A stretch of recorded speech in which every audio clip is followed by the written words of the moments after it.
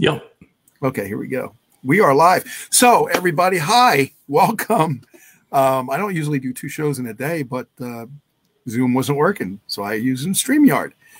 I have a friend of mine I've known for a little while, Larry Battson, great guy, animal handler, takes care of all the crazy and weird animals like gators and tigers and lions, tigers, and bears type of thing. But I want to welcome him to my show today and welcome Larry Battson. Well, thanks for having me. It's great to be here. Oh, it's my pleasure, buddy. It's my pleasure. So tell us a little bit, Larry, how you got started. I always like to find out the background on people, celebrities, and whatever, how they got started into what they have became a career for them. And could you take us a little bit through that and how you started? Yeah, I've always had an interest in animals. In fact, I was very fortunate when I was growing up. My parents, every summer on vacation, would go to Rocky Mountain National Park in Colorado. And we'd drive around looking for animals all the time. And one night, they had one of the rangers give a talk at the amphitheater there at the park. Well, an amphitheater was their auditorium, excuse me. And he had slides of all these animals he'd photographed in different parts of the park. Well, the place was packed. I mean, you couldn't have put another person in there. And the whole time he talked, you could hear a pin drop. In fact, the only sounds you could hear were 2 mountain lion cubs running back and forth across the roof of the auditorium. All right. And I truly believe that inspired me to do the job I'm doing now, going to schools and nature centers and other places like that and doing presentations with our wild animals, our animal family, we call them. And I've been doing it for 41 years where we, go into school, bring an assortment of animals and talk about, why we need to have them on this planet. And it's been an adventure, I'll tell you. It's not a job. It's your life. It's a career. Oh, it is. And it never ends, right, Larry? It just keeps on going and going. Now you were telling me the other night that you had, some issues with some of the animals. And it's always a never ending fight with animals, right? Well, that's one way to put it, I guess. Yeah, there's always no day's ever boring, and there's always something to do. That's for sure. But we've had, believe me, we've had some pretty good adventures over the years. In fact, I still remember all of our big cats are surrounded by a 12-foot high fence because that's the regulations.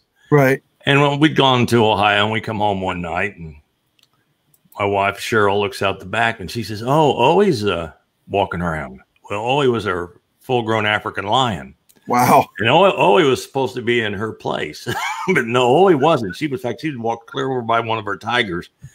Because I looked out there, and I'm thinking, well, that darn lion's just about as big as that tiger now. And I said, "Oh, wait a minute, what's it doing over there?" So Cheryl said, "What do I do?" I says,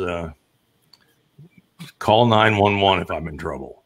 So we didn't handle this cat very much at all either. I mean, it was one of those deals, as Zeus says, you can have this animal, you can have this animal, but you have to take this baby lion. And it was already 6 months old, which is too old to start taking them into schools. We start when they're 6 weeks and it's no big deal to them. So here we had this lion and it was walking around. And so I'm thinking, well, and it's dark too. So I'm going to put it back in its house. And it had a whole different idea about things. So every time I had this long steel pole, and every time I touched that lion with it, it'd go, "Whoa!" Well, I know you could hear that probably for a mile. So as I'm maneuvering him over through the door to go back in that I should have fixed, every time, "Whoa! Whoa!" And Gene, you could feel the ground shake. I bet. He commands attention, right? I'm sorry. Yeah, it was exciting. Wow. So I get her back in there, and then I go in and sit down and think, well, that was fun. That's another day in the life. Well, over the years, this old lion, 5 or 6, 7 times a day, would roar. And it would be so loud. If you were in our woods, you could not tell which direction it was from. Well, over the years, we had so many people that lived around us that had company, and they'd tell them the stories Like one fella come over to go deer hunting in the woods behind their house. And before he went back there, it was his brother-in-law. He says, hey, he says, you know, years ago, they said a lion got loose out here and they never did find it.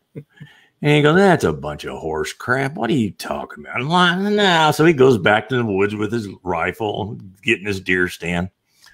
Well, usually about 6 or 7 o'clock at night, he's letting off a few.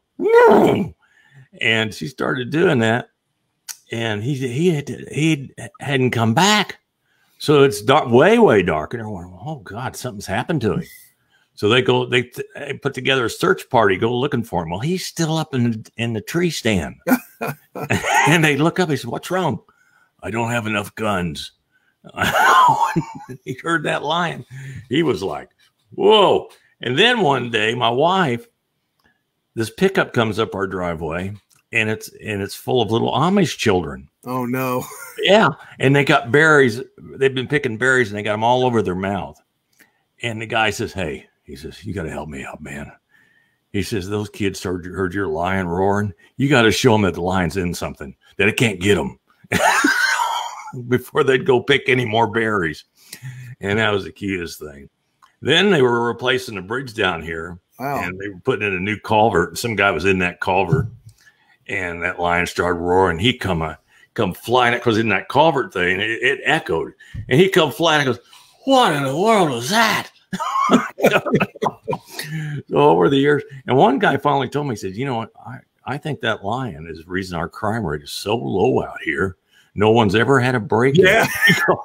They hear that darn lion. Yeah, you'd be afraid to run away or something like that. Oh, yeah. People would ask me, they said, how do you sleep? Because I'm telling you, when she did, it was loud. And I said, you know, I don't hear it. I don't hear it anymore. And when I do hear it, it just brings me joy. And after she passed, several of the neighbors said, we missed that. We just love sitting out on our porch and hearing that lion roar. So that was pretty funny. You know, I've had a lot of experience with lions. I worked for a gentleman when I was like 20 years old out in Bloomington, Indiana, who was a wild animal importer. Mm-hmm. And I wasn't into selling animals just to anybody, but I wanted to be around because he had so much stuff. So we had a lion cub. And this guy walks in one day, a little short guy, and he walks in and he goes, I want to buy a lion. So right away, I kind of look at him. I said, you don't need no lion. What are you stupid or what? No, I need me a lion. So we had a little lion cub. How much is that lion cub? I says, it's $500. He says, can I leave a deposit on it? Yeah, I guess so. All right, whatever. So he leaves a deposit on it. We don't see him for, a week or so. He comes in one day. Now, we had a couple bigger lions. They were about 150, 175 pounds. And we had this great big room in this old warehouse that he had. And we'd get in there and play and practice, or, you know, run them lions, let them run off some energy. And we'd get in there with them. Well, the guy that worked for me that did it every day, he got beat up all the time.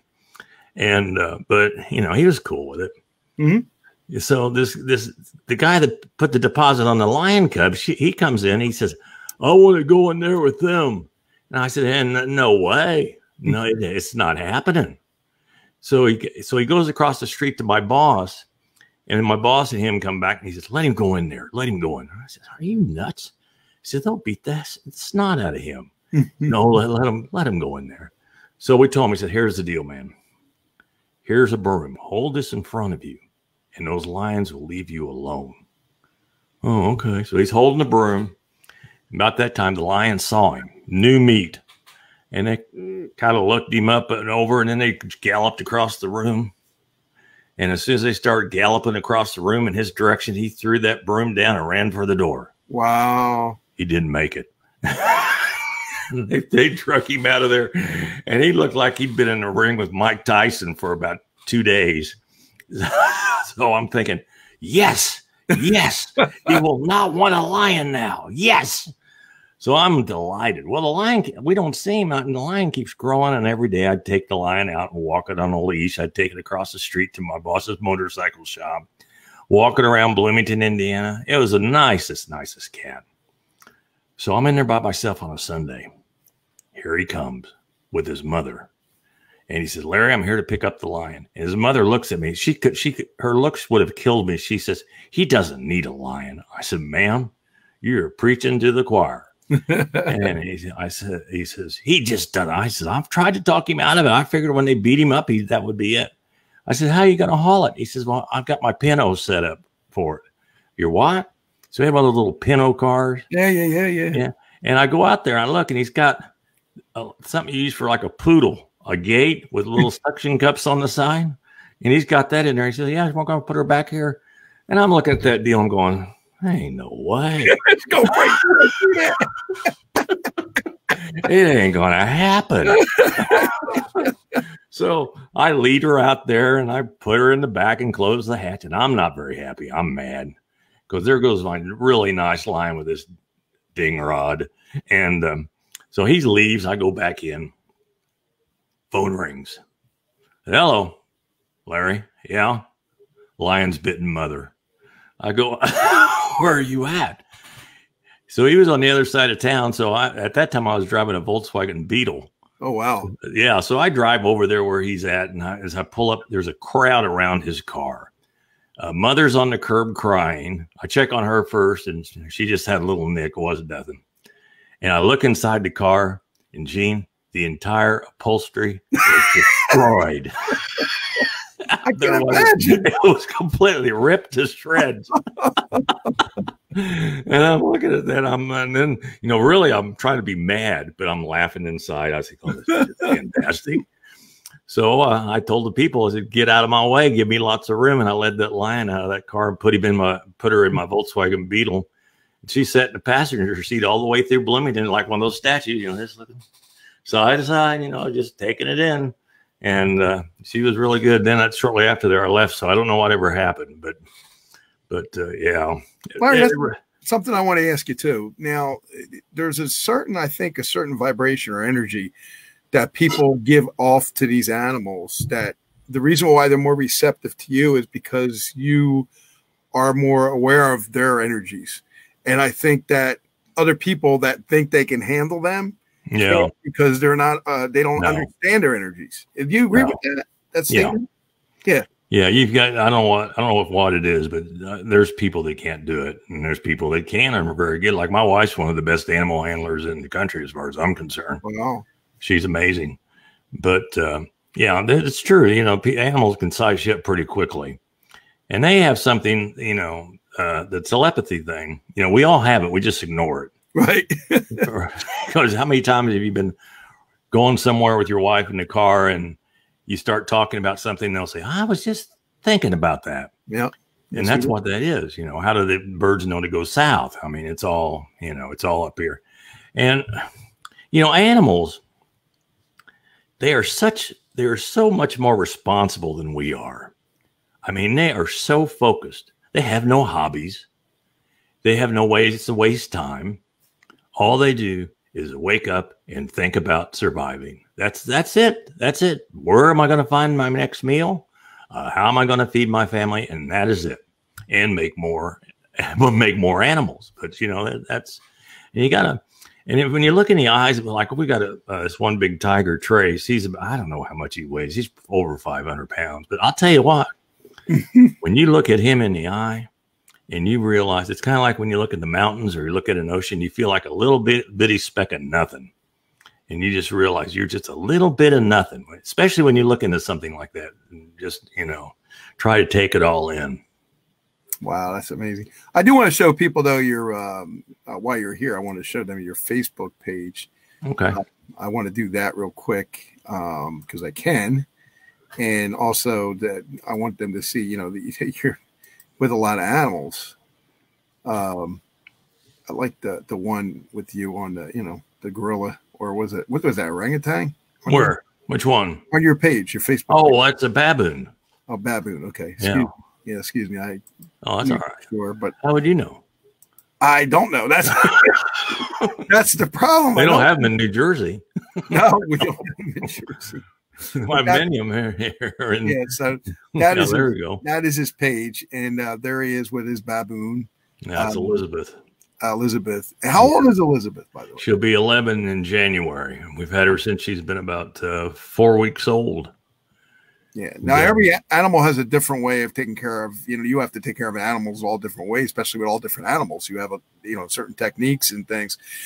Before I get into that, I want to talk about some of the shows that you were on, and you had some cool stories that you were going to, pull out. Can you harp on some of them a little bit first? Well, we went out and did the Johnny Carson show, the Tonight Show, many, many times because of working with Jim Fowler, who was the co-host of the old television program Mutual of Omaha's Wild Kingdom, along with Marlon Perkins. And it just so happened one time Jim had a speaking engagement in South Bend, and whenever he would speak somewhere, they'd always say, "Bring your animals." Well, he doesn't have any animals. I'll take that back. He did raise zebra and eland, the big antelope down in Georgia, but they weren't animals you could take in to do lectures with or anything like that. Right. So he called me up. He'd seen a newspaper article, and he says, "Hey, this is Jim Fowler." And it's like 90-degree day. I'm in the monkey building. I'm sweating, I'm not in a very good mood. Oh, and I'm Jim Fowler. And right away I'm thinking, which one of my friends can do his voice? So I talked to him for a while, and I realized it was Jim Fowler. It was the real McCoy. So he said, he said, "I'll be in South Bend. Can you bring up some animals?" I said, "Yeah, you betcha we can." So, because he was my hero. I mean, I grew up with Wild Kingdom. Yeah. So we went up to South Bend for the Shriners, and I think big auditorium. I can't remember the building, not important, but and I think we took a tiger with us that day, a Celebes ape. I think I took a big rattlesnake, python, some badgers, and we just hit it right off. And I said to him, I said, "Jim," I says, "that Celebes ape, that Doc would be good for Carson." He said, "Yeah, it would be." So he said, "Let's see about doing that." And so next time he's going to be on Carson, I got a call from the public relations people from Mutual of Omaha. Said, "Jim wants you to bring out the Celebes ape." I says, "Okay." Well, the first time we didn't get on. What was her name? Some actress. She took too long. So I know sometimes I know. Oh God. Diane Cannon. I think that's what it is. Yeah. And so this trip was hard because what happened was I was going to go back, the next day, the next day.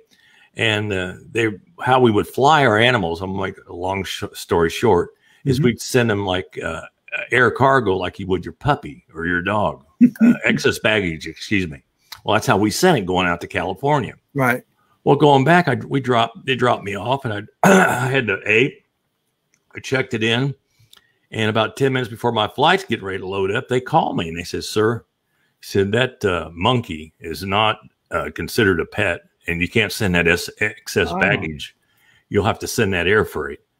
And I said, "Wait a minute." I said, I flew it out of Indianapolis that way. "Well, you'll have to talk to Indianapolis." "Well, I'm in Los Angeles." So this is part of, for 5 minutes of television, it's a lot of work. Yeah. So, you're right. So I got a cab, and I went back to the Hyatt on Sunset. Well, those guys, the other people, Jim and the other people from Mutual Omaha and stuff, they were going to Knox Berry Farm for the day. And I didn't have any way to get back into my room. I had no money. I was 1980 or something, and Hyatt on Sunset, that's a $200 a night room.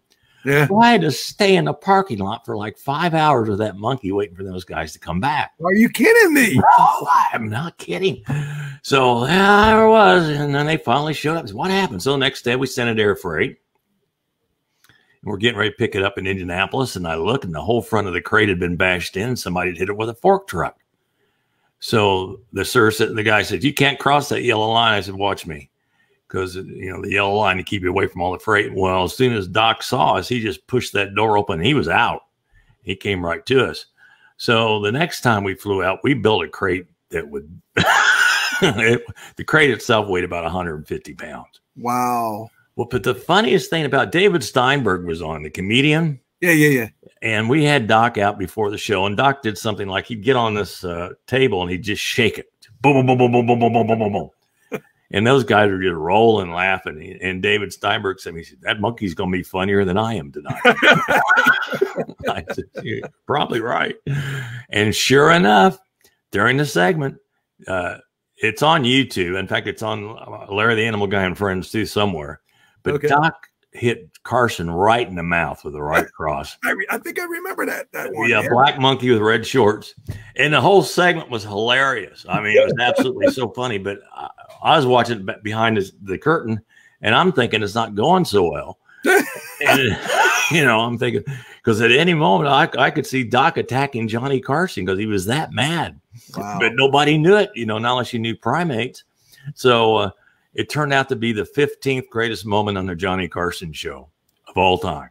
The animals always steal the show. I always say that. They always steal the show. And he was just the best. I mean, he was just, we had another deal. I don't know how to clean this one up. We had a male baboon, little male baboon. I think I know where you're going with that. When you're telling it that way and you have that preview, I think I know where you're going. Go ahead. Well, this little male baboon, when he was little, I mean, you know, little. But the moment he woke up till he went to sleep, he was ready. A horny bastard.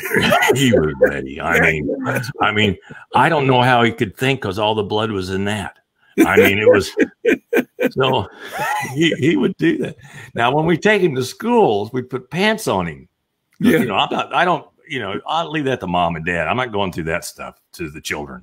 But we'd always put pants on him. Right. Yeah. In fact, we had a picture of him one time. He was up against a cage or something in that position. And we put the picture on the door in the bathroom. So anytime somebody used the bathroom in our compound, they'd sit down and look up, and there'd be that baboon looking at him with an erection. More than once, I heard somebody going there. Whoa! Oh, that's funny. So we go out there now. The guy from Mutual Omaha knows why we put pants on it. Well, there's this producer, this woman. Her name was Shirley Wood, and she was not a nice person. She did not like men, and she was just mean. So she comes at me. Well, we're going to have the baboon third. Oh, okay. I told her, I said, I just need like a minute so I can put its pants on. She goes, pants? These are supposed to be wild animals. So I'm thinking to myself, I could tell her why. Then again, I could just keep my mouth shut. So I said, okay, no problem, no pants. So Jim brings out the little male baboon and sits on Johnny's desk and looks at Johnny. And first thing Carson said, that's a male, isn't it? Yeah. The whole segment was he was trying to cover up and the beauty of it was the baboon had his back to the camera the whole time, so nobody couldn't see it. That's funny. That is funny. And that gal after that, she wouldn't speak to me, but I didn't care. It's not like you can control anything. You have no. See, that's what people don't understand, Larry. What you're talking about. Unfortunately, they don't understand when you have animals on live shows like that, that you have to be the one that sits back there and waits for them. I read like things with horses and people with cows and all animals that went on them shows. The person that did take care of them, wasn't taken care of, and he still had to take care of the animals. So I give it to people like you and guys like that. They have to do all that just so you can go for 5 minutes of fame for the animal. Yeah, I mentioned your name on Johnny Carson. Oh, yeah. Yeah. Who was that guy again? Let me write that down. They remember the animal, not you, and you know that. Yeah, I know. Well, Jim calls me one afternoon. He says, Larry, you got any ideas for the Carson show? I said, well, hey, I've got these giant marine cane toads from South America. They're about the size of a pie plate. Wow. Oh, that's kind of interesting. What do they do? I said, well, if you pick them up just right, they'll pee about a gallon. So. Oh, wow. Wait a minute. Wait. Oh, hold on. I'll get a picture. Okay, go ahead. For our friends listening on the radio, of course, you're listening to Larry Battson, animal handler, and just an amazing guy. He's telling all his stories about being on old shows, later shows, and and just taking care of animals, and just that how hard it is to take care of an animal before you go on a TV show, which is what we're talking about. And you don't realize that, but that's what we're hearing. So yeah, I'm back. Larry's coming back. I think I be prepared for this thing. That's all right, Larry. We got time, man. Take your time. Do whatever you So I take him out to Carson. We took some. I think we took a wallaby too, and the whole time I'm handling those toads like a crate of eggs. I'd go back to the motel and I'd put them in the bathtub, let them soak up as much water as possible, and I'd barely pick them up. You know, I didn't want to lose a drop. So here we go. We're out on the Carson show.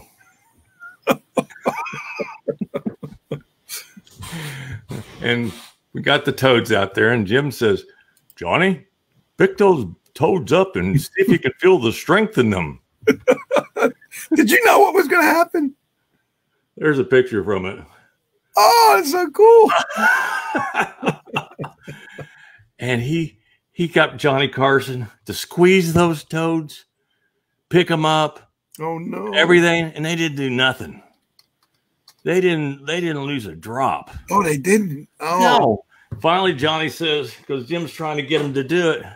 Johnny said, "Well, I think we've had enough of the big toads." Jim brings it back. He hands it. I didn't have a hold of those toads 10 seconds. When about 2 gallons of toad pee hit the ground. Oh, no. Oh. And I thought, if that would have happened 30 seconds earlier, we would have had a classic. Yeah, that's right. Yeah. Yeah, we would have. But, you know, that's a very good example why you can't, you know, predict what animals might do. I mean, because I thought I had it figured out, but didn't. What do you think about all them animal shows that showed the talent of some of the animals? I mean, of course, they were trained. And I think Animal Planet had a couple of them. I used to watch them a couple of years ago. And the animals, certain animals you never expect to do certain things, were taught how to do it. And I thought that was like really, wow, I didn't think an animal could do that. But an animal could really do anything just like a human being that you teach it to do. Well, they can. When we work with animals, our secret is we don't use any force or anything. You know, we're not, you know, in the old days of the circus days. Yeah, I'm not saying that. Yeah, shockers and stuff in their pocket. I mean, our theory has always been make them think it's their idea. And when you learn an animal well enough to do that, then that's how we work with animals. And because people say, "Well, how do you train them?" I said, "Well, they're not really trained." I mean, the baboon. We had one baboon that took pleasure, because I knew every time an animal would go to the bathroom, I would lose the kids for about 5 minutes, because you get 500 elementary school kids watching a monkey go to the bathroom, they laugh, and they laugh really hard, and it's hard to get them back, you know. And this one baboon, she knew it made me mad, and you could just see her sitting on the table, and she just kind of sit there and squeeze. I said, "Don't you dare! Don't! No! About that time, and there's the kids exploding. It's like, oh God! But yeah, that happened. Or you'd get first show my wife ever saw me do. I had a hold of an alligator, and I was lecturing about it, and it relieved itself all over me. And I just stood there like, what am I going to do? You know, and a teacher turns around and asks my wife, he says, "Did he train it to do that?" Did he train it to do that? Does it do that every show? She says, "I don't think so." I mean, so it's, you know, but you could get animals to do some pretty amazing things that you would never expect. We have a couple black bears, and I just talked to them as if I was talking to you. And I was going by it was summer, and I was walking by their enclosure, and they had this big horse trough we'd fill up with water for them. And well, they'd had it turned over, and all the water was out of it. So I'm walking by. I said, "Hey, Buck," I said, "I'll be back here in about 10 minutes. Turn that horse trough over and let's fill it back up." So I go in the house, and I come back, and I look, and there he is. He's got it turned back right, and he's sitting in it like a bathtub, waiting for me to turn the hose on and hose him down and fill up the tub. Wow. I know. Yeah. That's, and, our baboon, I believe it knows English. I mean, it understands every word we say. It is so smart, so intelligent. It's unbelievable. In fact, it has its own television, and it has particular shows that it likes to watch. Yeah, does it really? Oh, wow. Oh, yeah. Big Bang Theory, Peppa Pig, NFL football. And if you don't, and if you don't have the interaction, I guess it's between people. I have no idea. And when it was a baby, it used to hate Darius Rucker. Why, I don't know. If he would come on the television, that baboon would just go nuts. They give what's called the big eye. And they get, their eyebrows go up, and also the guy that used to sell the Lipitor. She hated him too, because he'd come on the TV. She'd just go, she'd go spastic. And I said, what have you got against this guy? I mean, my Lord. And Darius Rutger, that's Hootie. Yeah. Baboon didn't care. I mean, it get mad to watch Hootie and the Blowfish on TV. They're honest. They're honest. They are. But yeah. So let me say, how many animals do you take care of, and what kind of animals are there? Give us an array of all the different ones. I know you've said you have a plethora of many. Well, we don't have as many as we used to. Of course, I'm getting older now, and I was diagnosed with Parkinson's 3 or 4 years ago. So I'm not, I'm doing pretty good with it, but still, I mean, I think we have like 5 alligators, a couple full-grown black bears, a couple tigers, baboons, parrots, snakes. What else? Wolves, tortoises. I mean, that's a lot for some people, I guess, huh? Oh, wow. Are you kidding me? Your food bill's got to be outrageous for them. It is. Yeah, it is. Yeah, Walmart. That's, yeah. My wife does all the shopping. She's more economical than I am. So she knows how to pinch a penny. And since March, because we do school lectures, we've had to pinch a lot of pennies. Yeah. Because the school's just flat closed up. So when you used to do the school thing, I know you've been more interactive now virtually on Facebook and stuff like that. Has that been helping you at all? Or yeah. So it has. Okay, good. Yeah, because we're doing virtual programs now, because the schools, they can't put 500 kids in an auditorium at the same time now. Right.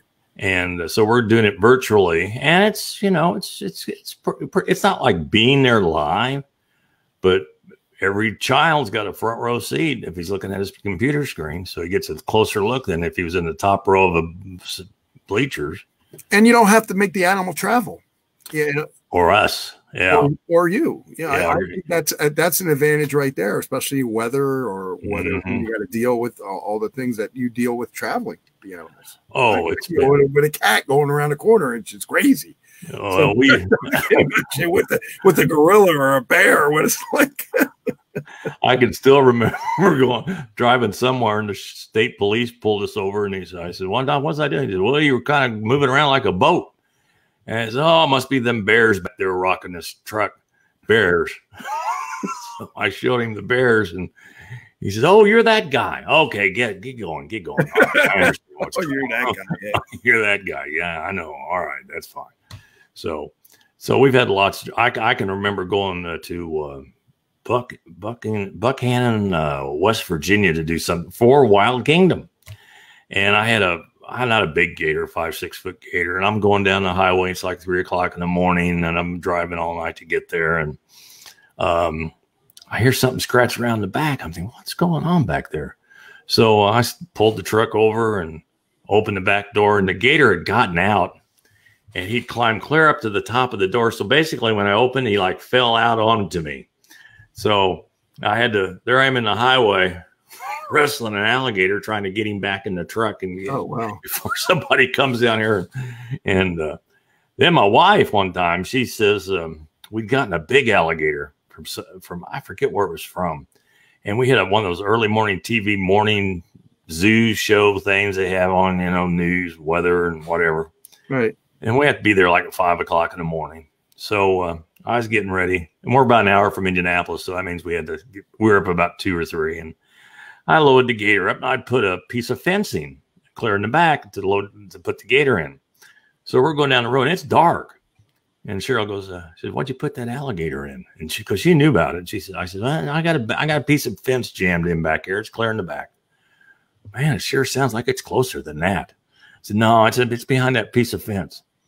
Then we'll go down a little farther. She says, "Oh, yeah, I think you need to check because I think that gator sounds like he's closer." I said, "No, he can't. I got him fixed up back here." "Oh, I don't know." I said, "You better pull." And she just kept on and on. So finally I did. I pulled over. I said, "Okay." Right. Turn on the inside light. And we were in a van.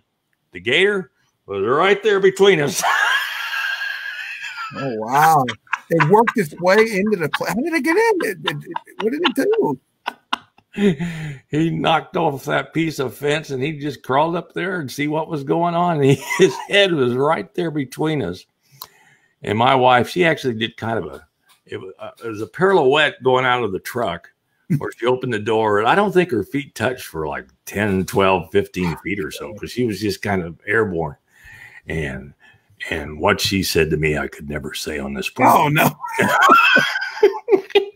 Oh, no. I pulled into a church lot because I figured if there was a problem, she wouldn't kill me in a church lot. So it was like, oh, God. But, yeah, it was, yeah. Then we had a big turtle I did that with, did it to her with. It was an alligator snapping turtle. It was about 200 pounds. Mm-hmm.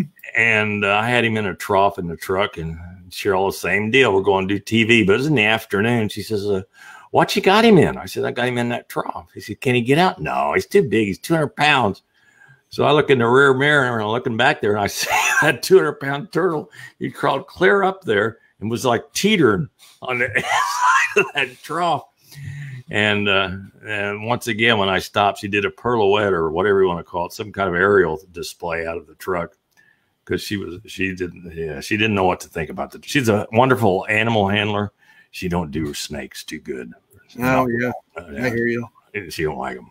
Well, I want to hear some more stories. You know, because you said you were been on a lot of shows. I want to hear some more stories. I just saw one story years ago. Yeah, it was on Carson where the animal, or I don't know if it was Carson or Cal Burnett, one of them, but the animal just took a crap right on stage, and they were all, see, what was funny about that, it's not so funny that I get that, but it's like untimed, and I think the comic relief that they got was, of course, you know, they comments after it happened to make it more funny, and I think that's stuff like that, that's priceless television. I don't know what it was. It might have been even I know this is before you guys were on, because this is, you know, this was a horse or an animal, some type of animal, but it was taking a crap right on stage. Well, there was a time we were out there. There was the Cincinnati Zoo was out on that trip, and the keeper's name was Mike Delaney, and he had an aardvark that he worked with, and they sent that out to do Carson. And the aardvark, they transport in a steel crate because basically those claws those things have, they can chip concrete with. And he'd keep it in his room. Well, the aardvark, the odor alone was just kind of like a locker room. It's been closed up for maybe 2 or 3 years. And every morning when we'd go to his room to get him, we were standing there at the motel. He'd open the door. He'd go, "Whoa, whoa, oh, that aardvark. That aardvark has got a definite aroma about it, Mike." "Yeah, what?" I said, "Oh, it's definitely." Well, he fed it raw eggs and cat food. And the thing was like 150, 200 pounds. So the Carson people had built it a sandbox because Jim felt that people needed to see how they dig. So they got this box full of sand that the aardvark can get into. And he crawls in there, and Johnny says, and Jim says, "Notice how he uses those claws and digs." Well, what he was basically doing is he was digging a spot to yeah. And about then that aardvark, lots. I mean, it was major dumpage, and Carson was Carson. But what was funny backstage, the prop guy that built that box and was taking care of it, he was so mad. He goes, I ain't paid to clean up after that. Yeah, no, you're right. Yeah. Oh God. So that was like, and then we'd go out there sometimes, and Jonathan Winters, the Oh, I loved it. Yeah, he was good. He's funny. Oh my Lord. Well, he owned the Howard Johnsons, and a lot of times he'd be there. He'd sit in there and drink coffee. And the guy from Mutual of Omaha knew him real well. I said, let's go by the Howard Johnsons and see if Jonathan Winters is in there. Well, one time he was, and Jim had a cheetah out there. So they're sitting there talking, and Jim kind of just left for a minute. He goes out to his truck, and he leads this cheetah up to the window where Jonathan Winters is sitting. And right away, Jonathan goes into this spiel like he's the nature guy. And it's just hilarious. And then they take the cheetah outside, and he continues giving his lecture about the cheetah. Jonathan did to all the people that come in and out of the Howard Johnsons.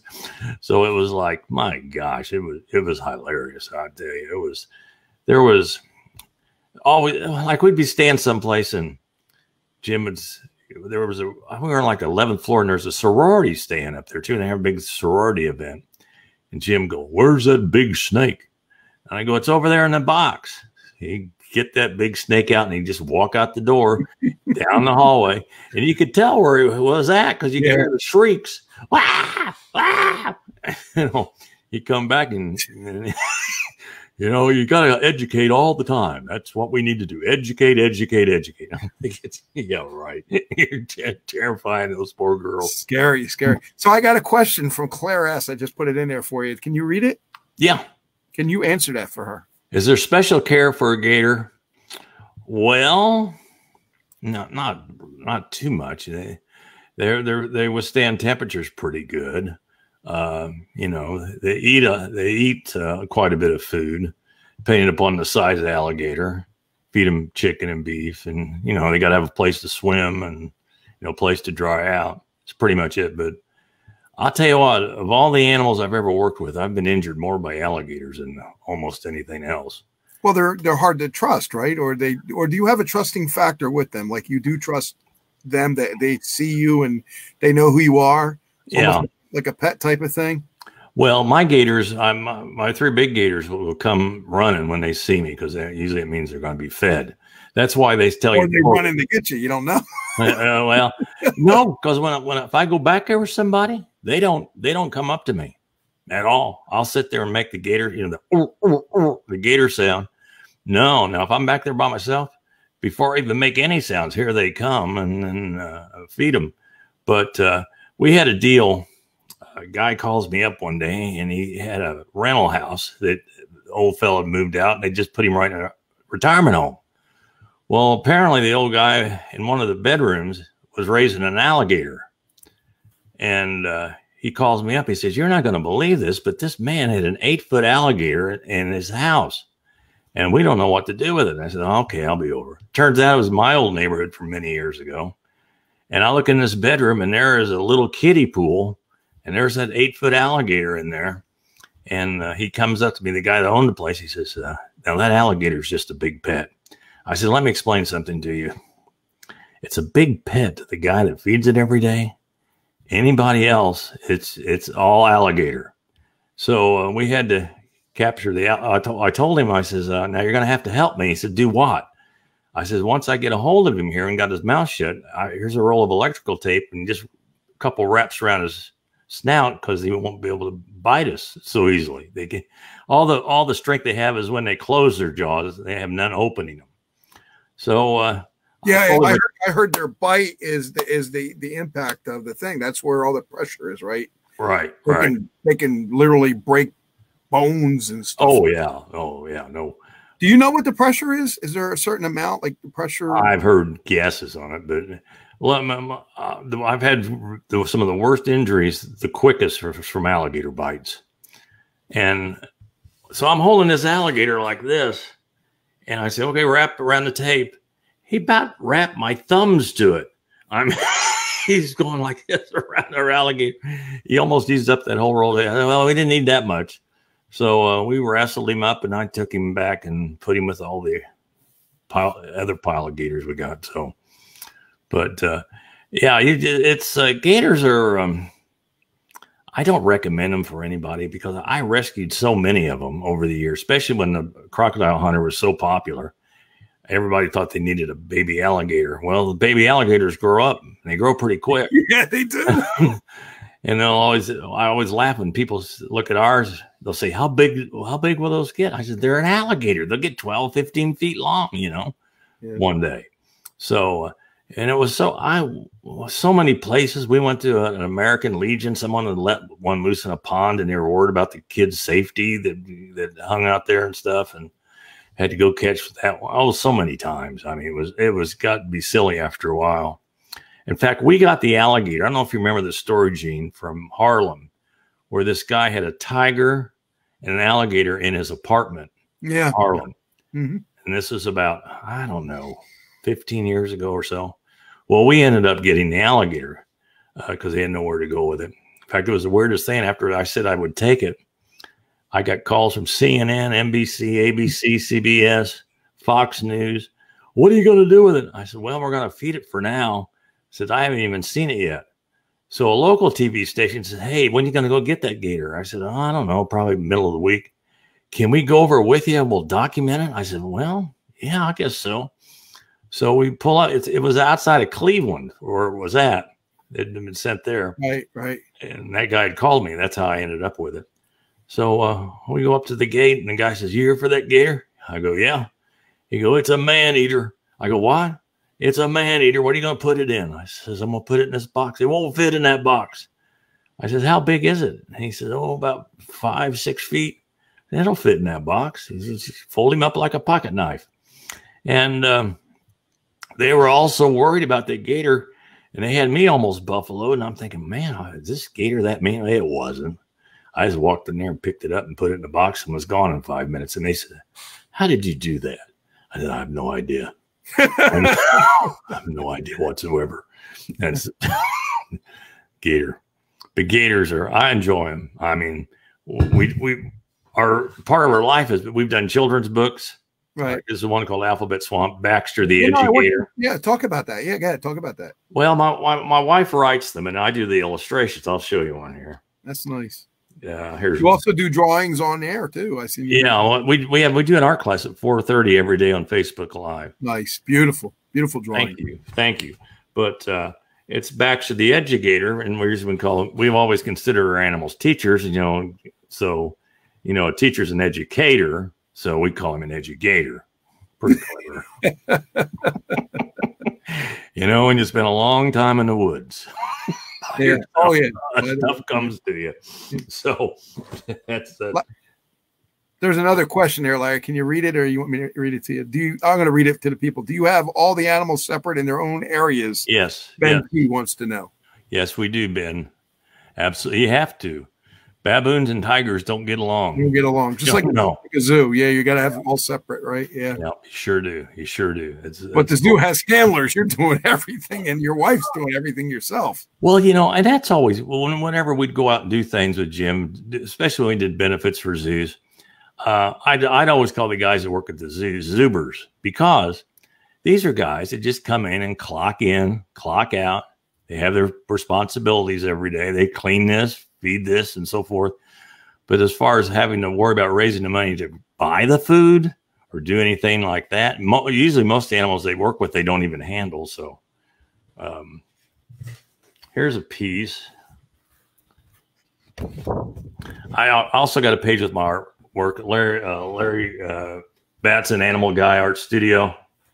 Mm-hmm. There's a piece from that. See if you can see that. I called this one, Gina. I thought about for a long time I was going to call this particular drawing I did. So I decided, I think I'll call that 3 giraffes. Oh, that's very nice. I like it. Yeah. Pretty witty, huh? Yeah, really nice. Yeah. Yeah, but anyway. That's what I was going to ask you too. When giraffes are, people always ask me that. When giraffes are younger, of course, their neck is not as long as it would be an adult. I understand that. But is their neck still long for a young giraffe? Yeah, absolutely. So it's more long, and it just, when they get bigger, it grows with them. Yeah. I mean, that's normal, but I'm just saying, sometimes people grow into their neck, and they're already got it. Yeah, that's weird. We talk about giraffes because I had a dream. I got up the other morning and I says to my wife, I says, I just had a dream that a giraffe had escaped, and I went to use the phone and none of the phone lines worked, and I finally got a hold of somebody, and they said there's giraffes loose and they've tore down all the phone lines. That was my dream. That's funny. That is really funny. You can't probably in a movie because they ripped all the phone lines down, and we're the only ones that can reach it. That is funny. I think it's my medication thing for this Parkinson's. I think it's part of the medication. I can think of this dumb stuff. Oh, no, that's funny. There's another question there for you, and I think you're going to answer that the same way. What is your drawing class about? Drawing animals.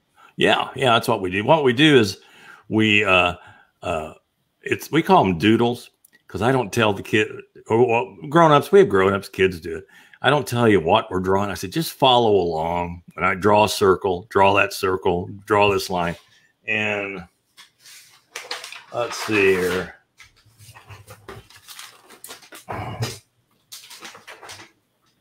Okay, and we do them in like 30 minutes or so. Here's one we did the other day. Oh, that's really sweet. That's really nice. Just quick sketches. No, but it's good. You get brave, after a while, you go, so.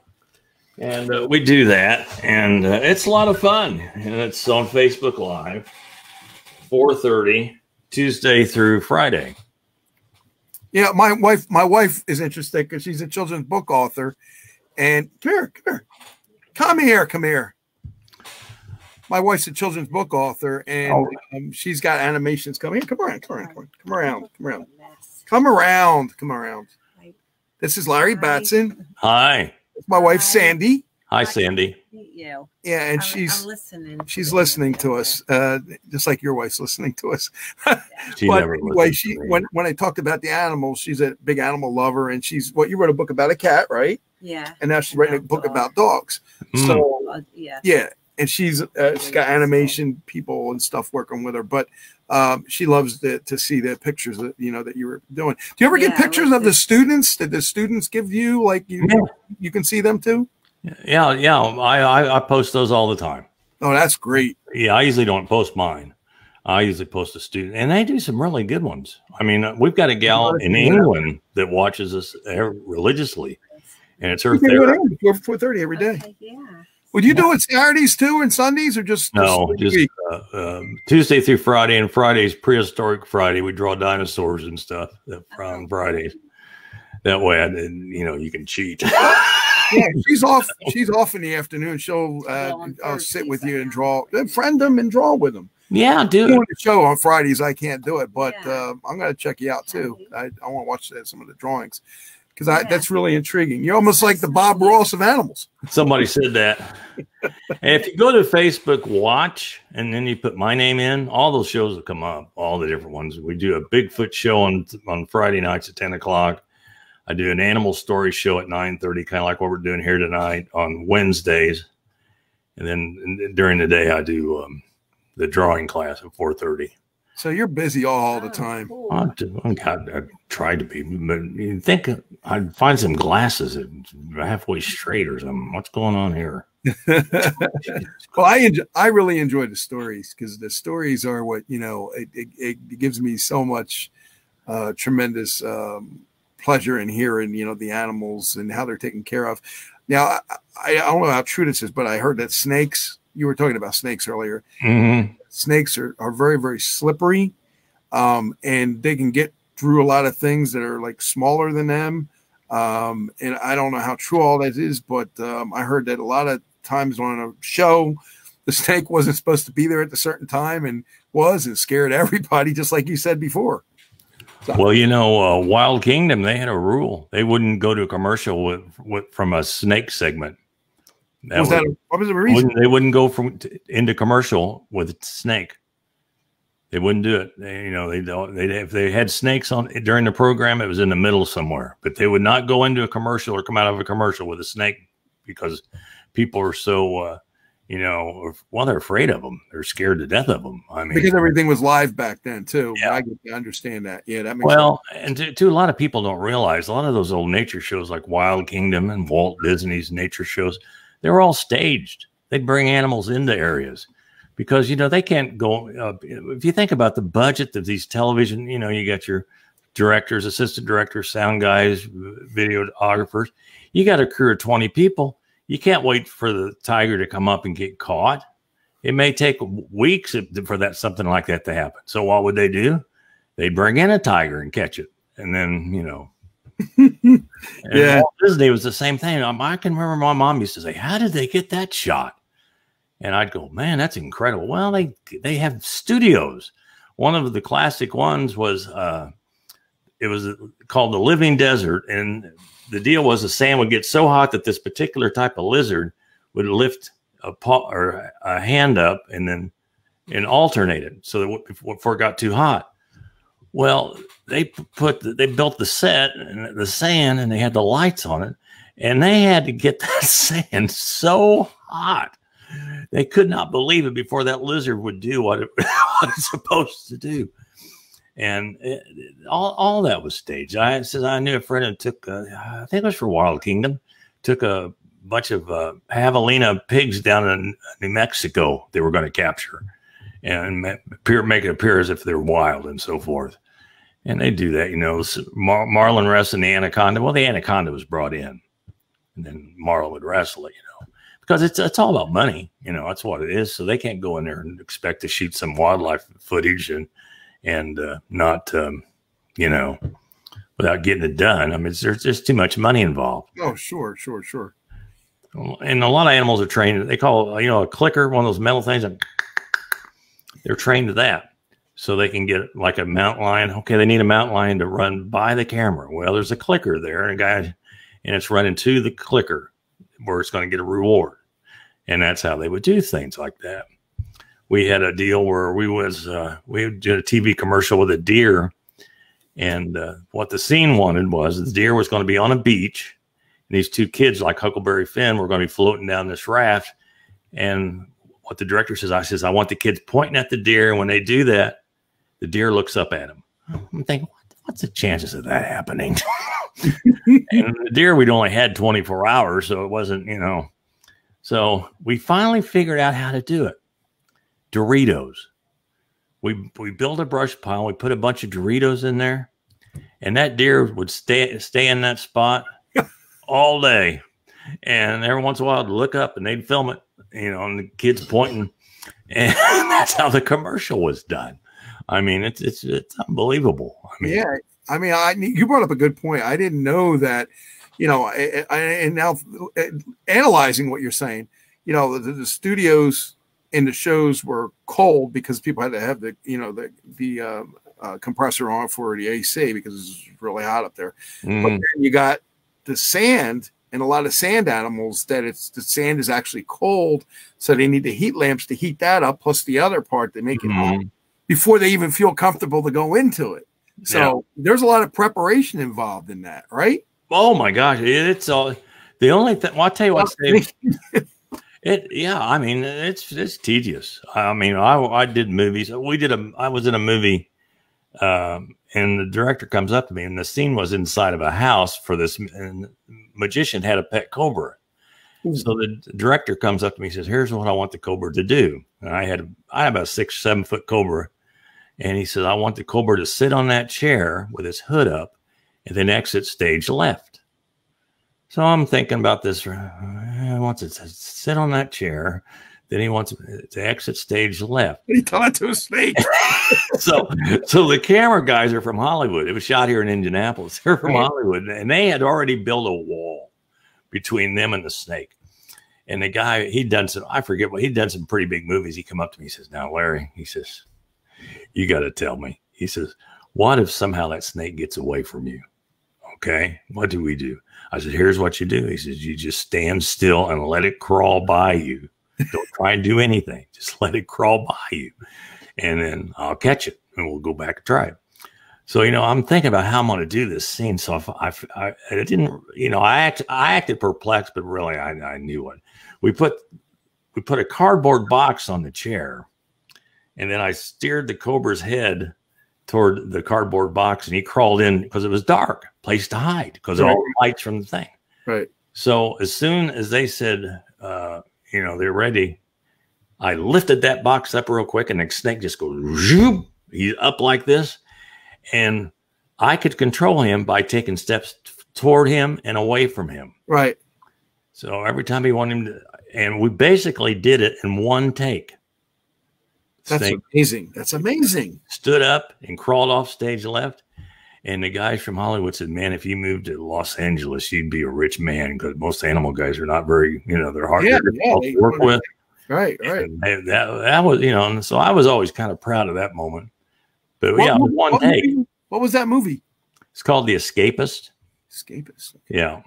I'll check that out. We did some rattlesnake scenes with it, and tarantulas and stuff and different things. But my part was I was a snake handler, pretty deep role.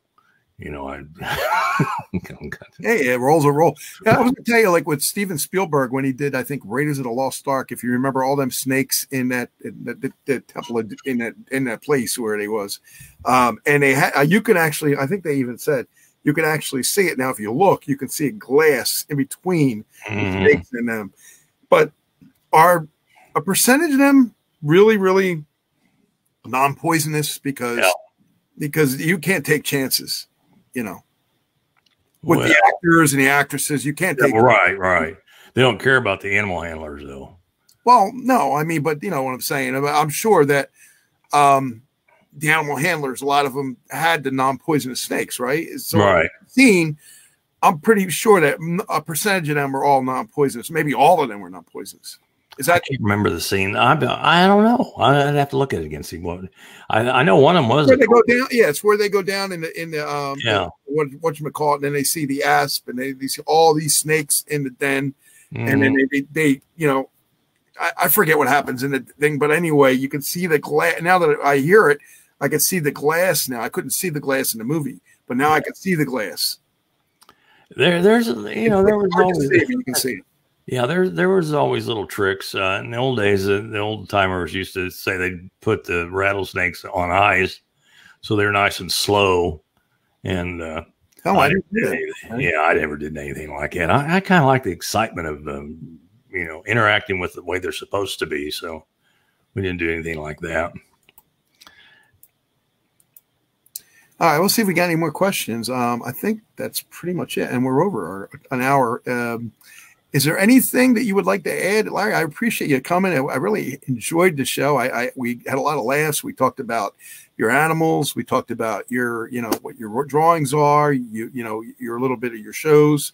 Once again, give your contact info if somebody wants to use you for something. I mean, there are people that around the United States that are still open. New Jersey just isn't right now. Yeah.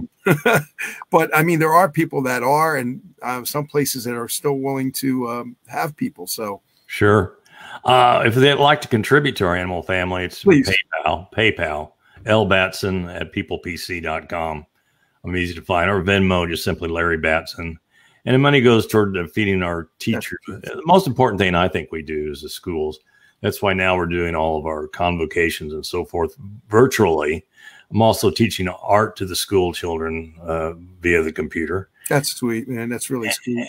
And talking back and forth, question and answer to the kids and so forth. So, because, I realize when I'm speaking to 500 kids, I'm not talking to a group of future zoologists, but they're all going to grow up. They're all going to vote. Right.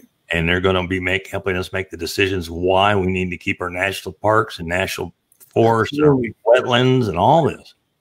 Not give it up to corporations. We don't want to do that. So that's all. And over the years, I had one gal call me one day and talk to me, and she said, this one school, she says, 1 year we had 4 people go on to veterinary school because of you. I said, really? He said, man, that's pretty incredible. So it is. Yeah, you saved a lot of animals. So, we learned tonight too that gators aren't bad. They're just drawn that way. And it all depends on the handler, right? The handler is the one that takes care of the animal. They're going to be treated hopefully the nicest from the animal. But, you know, because the animal, of course, depends on them for food and shelter and everything. Yeah. But in most cases, percentage of the cases, animals are good. All animals.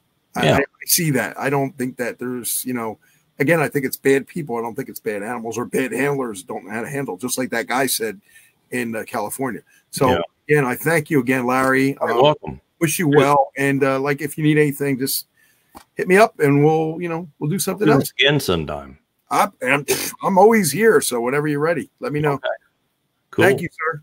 Thank you. Have a good one. We will. You too. Thank you.